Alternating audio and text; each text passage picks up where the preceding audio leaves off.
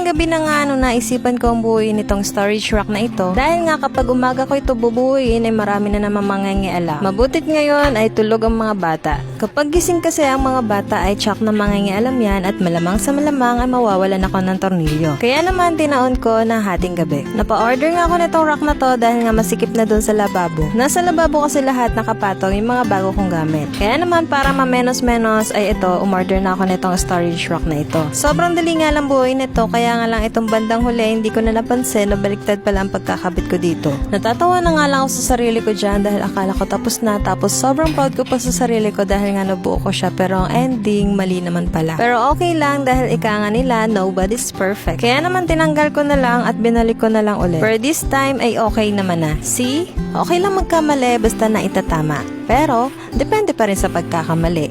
Huh?